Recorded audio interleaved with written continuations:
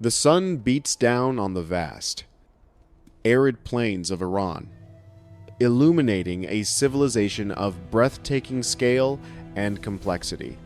Here, in the shadow of the Zagros Mountains, the first true superpower of the ancient world, rises the Persian Empire.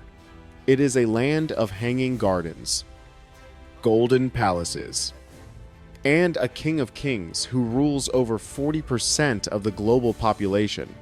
But beneath the veneer of civilized order and administrative genius lies a justice system of unparalleled brutality. In ancient Persia, the concept of truth arta was not just a moral virtue, it was the foundation of the universe. Consequently, the lie draga was not merely a sin, it was an act of cosmic treason that demanded a retribution so severe it would echo through the ages. Welcome to Medieval Spirits.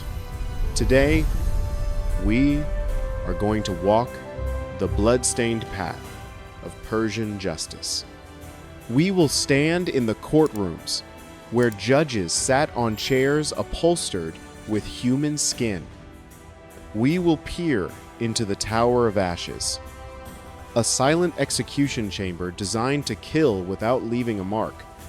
And we will confront the nightmare of the boats, a torture so grotesque it challenges the very limits of human imagination. This is not the history of battles and conquests.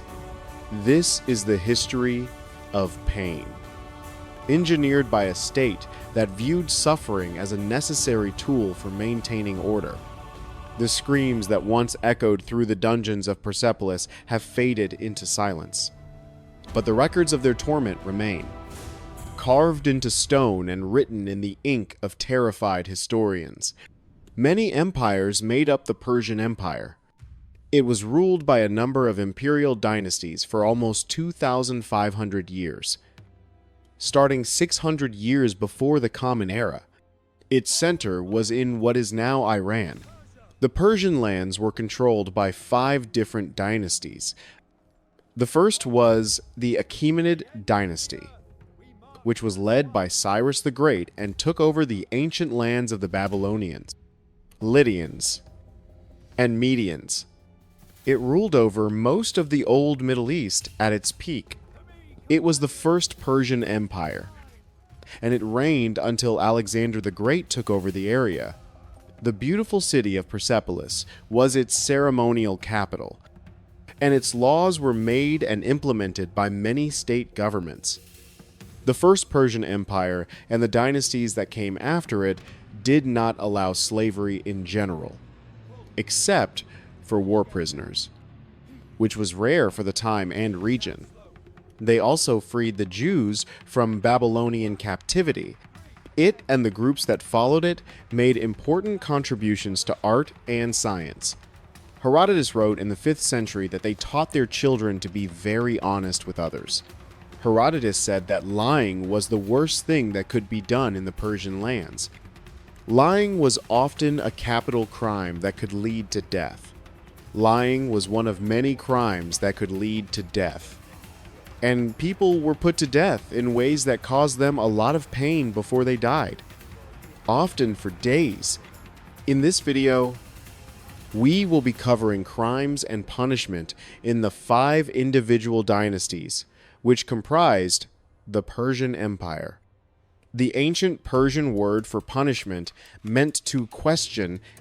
In a society where lying was a crime that could lead to death, punishment was seen as the same thing as questioning someone. So torture was both a way to get people to tell the truth and a way to kill them. The logic was simple: if the truth was the highest good, then pain was the most effective way to extract it from a deceitful vessel. The Persians came up with a lot of horrible ways to torture people who were found guilty of crimes or suspected of crimes. Lying was just one of many crimes that could lead to death, and all of them had harsh punishments. There were also punishments for less serious crimes that left the criminal visible in a way that made him easy to find. Thieves and crooks with strong arms could have their hands cut off. People who were found guilty of following liars had their ears cut off, and their feet were cut off for other crimes. Some people went blind after having pins stuck in their eyes. Not only thieves, but also beggars could have their hands cut off by decision of village judges. They were also whipped, which was known as striping, and each blow of the whip was a separate stripe. Up to 10,000 stripes were ordered as punishments, which meant they had to be given over a number of days, because no human could handle that many blows at once, and no one person could give them. The whip became a calendar of agony, marking the days not with sunrises, but with fresh lacerations on already ruined skin. Some criminals were executed by being flayed alive. During the First Persian Empire, it was common for criminals to be put to death after being tortured several times. In some capital crimes, the person was first blinded, and then stripped, and finally flayed, living to death. Some people killed a living person by removing their skin in strips, which made the killing take longer and clearly caused unbearable pain as each strip was taken off. In other situations, the skin was taken off all at once. Modern research shows that in both cases, death was most likely caused by heart failure or hypovolemic shock. In some killings, only a few strips of skin were cut off, and the person was left to die of cold or an infection from the cuts. Flaying wasn't something new for the Persians. The Babylonians and Assyrians did it too before the Persians took over. Magistrates in all 4 of the far-flung states that made up the first Persian kingdom during the Achaemenid dynasty wrote about it. In one case, a judge was put to death by flaying, and the skin from his body was used to cover a chair that belonged to the judge who took over the bench after him, who was the son of the judge who was killed. So every day, the new judge was reminded of what happened to his father and warned of what would happen to him if he gave in to the desire of doing illegal but profitable business in his office. The texture of the chair would serve as a constant. Tactile, memento mori. A gruesome reminder that the law was binding, quite literally, onto the flesh of those who served it. Ashes to ashes had a different meaning to the Persians. The Persians put thieves to death with ashes in more than one way that would be horrifying to us today. One way had the prisoners stand in a room with several feet of ash on the floor until they were too tired to stand any longer and had to collapse. The victim would breathe in ash for several days, which would finally cause them to suffocate. The victim wasn't given any food or water, and they often died of hunger as well as suffocation from the ashes. It was a silent, clean death on the outside, but inside, the lungs were slowly turning into concrete. The second way of killing someone with ashes is written about in the Bible, 2 Maccabees, and in writings by Valerius Maximus, a Roman historian who lived during the rule of Emperor Tiberius. The second way used a tower that was partly filled with ash and dropped the victim into it. Wheels outside the tower were linked to paddles that were buried in the ash. Executioners turned the wheels from outside the tower. The paddles stirred the ash into the air, making the person take it in. Over time, they would suffocate or die of heart failure. In about 162 B.C.E., this is how Menelaus, the Jewish high priest in Jerusalem, was killed. Ashes were generally only used to punish people who were plotting to rebel against the government or its officials, which is what Menelaus did. But perhaps the most infamous and contested of all Persian punishments was the one involving milk and honey. The Persians used milk and honey as a means of execution over many days. The Promised Land is called a land flowing with milk and honey in the Christian Bible. Exodus. This phrase has been taken to mean that the land the Israelites would be led to was fertile. The Persians used milk and honey in very different ways in the past to carry out this type of death sentence. A prisoner was first forced to drink a mixture of milk and honey. He was then put in a vat or boat with his head and limbs uncovered and covered by another vat or boat.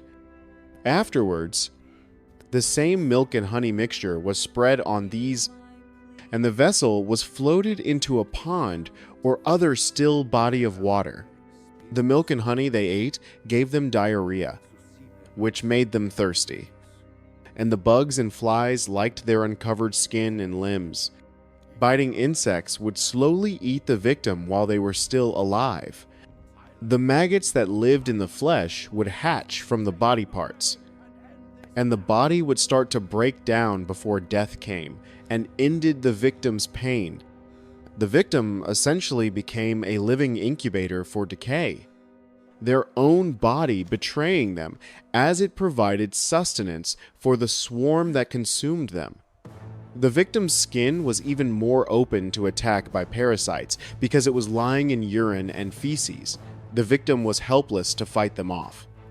This method is now known as scaphism. Some sources from the time say that this method of execution was used, but current scholars aren't sure if it really happened. If it did happen, it would have killed the person instantly from septic shock.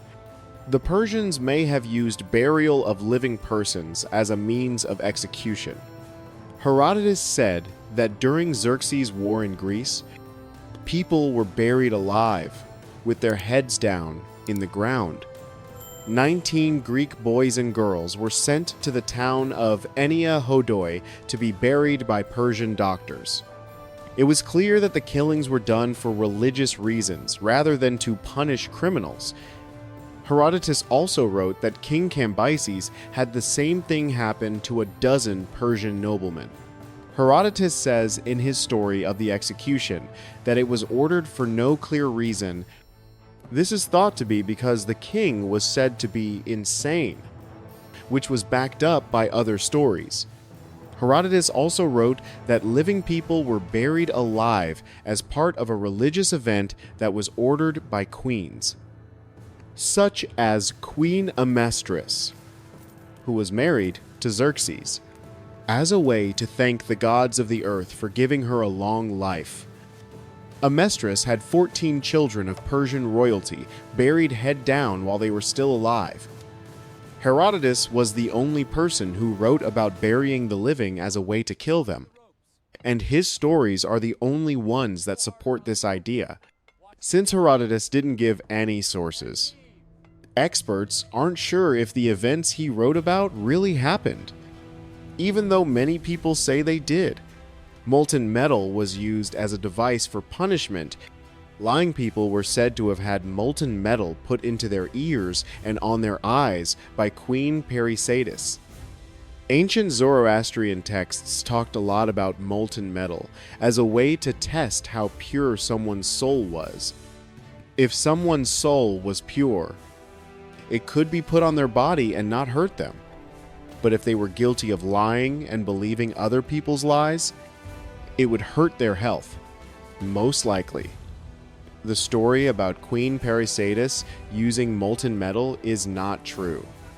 However, many people think that the Persians did use molten metal, including gold, as a way to punish criminals in their kingdom. The searing heat of the gold would cauterize the wounds instantly, creating a grotesque golden mask that silenced the liar forever. There is a story that the Persian king Shapur I caught the Roman Emperor Valerian and used him as a servant. This is where the myth that the Persians poured molten metals into the bodies of their victims probably got its start. After being held captive for a few months, Shapur is said to have killed his Roman counterpart by pouring melted gold down his throat. The body was then stuffed and put on show. Roman writers who didn't like the Persians made up the story of being executed by gold. Valerian and his troops were actually held for a while so they could help with engineering projects near the city of Bishapur. One of these projects was building Caesar's dam.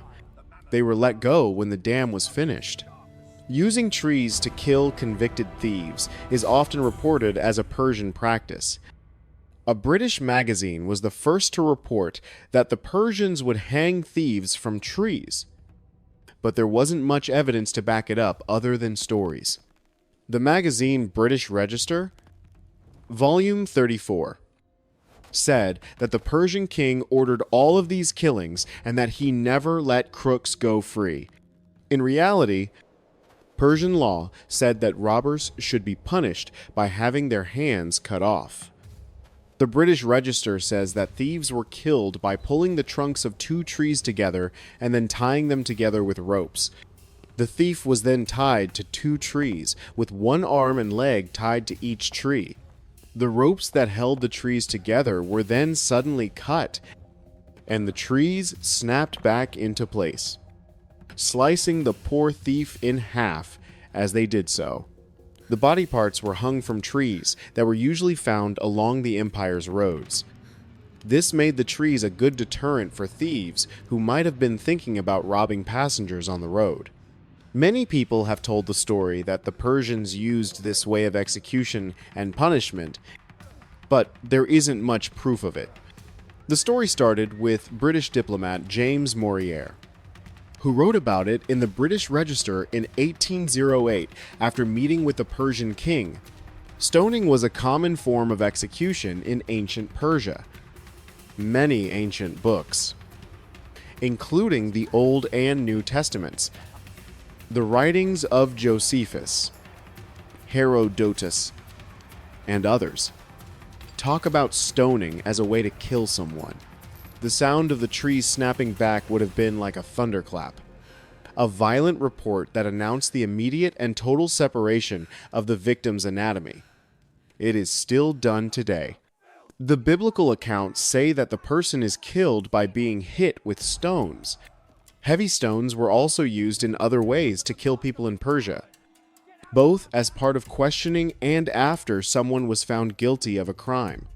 In one method, heavy stones were put on the victim's torso, and more weight was added over time until the pressure was too great for the body's muscles to resist. The victim's breath was literally sucked out. A similar method was used in colonial America against people who were thought to be witches. Another way was to just hit people over the head with big stones, which was a method only used for the lowest social classes. Servants and the poor were most likely to be stoned to death, and servants of nobles could be stoned for both their own crimes and the crimes of their bosses. It was risky to go after nobles for crimes because many of them were connected by blood or marriage, which could make other family members angry. Persian justice was harsh in these situations, and it even went as far as punishing the king's family in more than one case. Rebellious subjects were often gradually executed by the populace. Rebellious people in the Persian Empire were marked so that they could be easily identified by their masters, and then they were put in a place where they would be shamed and hurt in public while they slowly died. They were marked by cutting off either their nose or their ears, or both. Some of them were also disabled. Following this, they were led through the streets of the city where they lived and chained to the gates that led to the home of the judge or other government official who ran the city. Some very bad criminals were sent to the king where they met the same fate. They were tortured and killed while chained to the gates. People who were loyal to the king were expected to show their love by making the chained prisoners' lives even worse, both physically and mentally. Often this meant giving the prisoners food and water, since being fed would make them suffer longer for their crimes. Then, the person in the crowd who had given them water would make their pain worse by kicking them, cutting their skin, or hitting them with fists or sticks. The victims were tortured until they finally gave up and died. Those who were chained to the gates rarely got a second chance, and they chose how long they would suffer. The gate became a living monument to the king's power, decorated not with gold or jewels, but with the breathing, bleeding bodies of those who dared to defy him. Some people who looked like they were about to die were let go and cared for until they were better. Then the process would start all over again. The Persians practiced crucifixion as a means of execution. Many old cultures used crucifixion as a way to kill people, but the Romans were the most famous. When someone was put to death, they were rarely nailed to a cross. Instead, they were usually tied to a crossbeam and hung from it, where they would die slowly and painfully from choking. In Persia, people who were put to death on a cross often had both hands connected to the upright pole instead of being spread out on a crossbeam. Crucifixion was the most painful and shameful way to die. The word excruciating comes from the Latin phrase, out of the cross. The victim could be held captive for several days before he died. Persians often let the shame continue after someone died by hanging the body from a pole or cross so that it would be seen by everyone while it rotted and was attacked by animals and the weather. The Persians, the Mesopotamians, the Greeks, the Assyrians, the Israelites, the Carthaginians, the Romans, and many other groups all put people to death by crucifixion for very bad acts. People who were thieves or rebels and were killed in other ways were sometimes crucified instead of being buried or burned. Some people's bodies were put on display in public. For example, Polycrates of Samos was put to death, and his body was then put on show by crucifixion until nature took care of it. The Persians tried to execute criminals more than once. As one of the first mythologies to do so, Persian folklore had very detailed and vivid descriptions of the afterlife, including the end of the world. As it was written, getting to heaven was like having to cross a bridge. People who lived good lives crossed a wide, easy bridge. People who lived bad lives crossed a narrow bridge that looked like the edge of a very sharp blade from which the wicked would fall into hell below. Persian executions were sometimes planned so that the wicked would not only die a horrible death on earth, but also die another terrible death in the future, where they would be unable to live in peace forever. This theological dimension added a layer of existential terror to the punishment, ensuring the victim knew their suffering was merely a prelude to an eternity of damnation.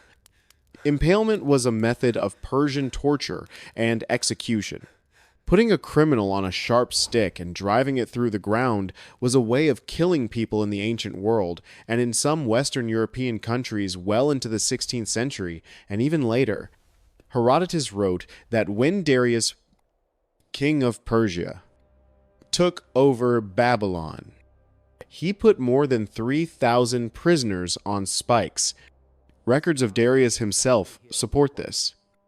The Bible isn't clear on whether Haman, a Persian minister, and his 10 sons were put to death by hanging or being put to death by being hung. There is some confusion because of the many translations and changes, but it is well known that the Persians used impalement as a way to kill people. Many crimes, including stealing from customers by lying during business deals, which was considered theft and was a deadly crime, and other crimes that might not seem very serious could lead to execution by impalement. It was up to the person being impaled to choose which method to use. How long the witnesses and judge wanted the criminal to suffer before letting him die was one of the things that went into choosing the method of impalement. All kinds of impalement were done in public, which made the victim feel even worse because he was in a lot of physical pain and was waiting to die, which could take 2 days or more. Longitudinal impalement was favored for longer torments.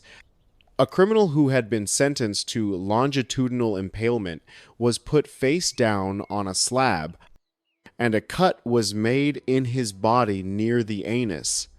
The cut was then sealed with a greasy paste to stop the flow of blood and help with the next step. After putting the pail into the wound, it was driven toward the head, while the body was held in place by executioners who hit it home with a heavy hammer. The cruel things the Persians did, both the ones that were really bad and the ones that were made up by smart but biased people, are not that different from what people do today, as most people would like to believe. We hope you like this video. Subscribe to the channel if you're a history addict. And please let us know about what civilization or time period we should talk about. Also, watch another video here on medieval spirits. In the end, whether by ash, boat, or stake, the message of the Persian king was clear. The truth is the only path, and the price of the lie is paid in blood.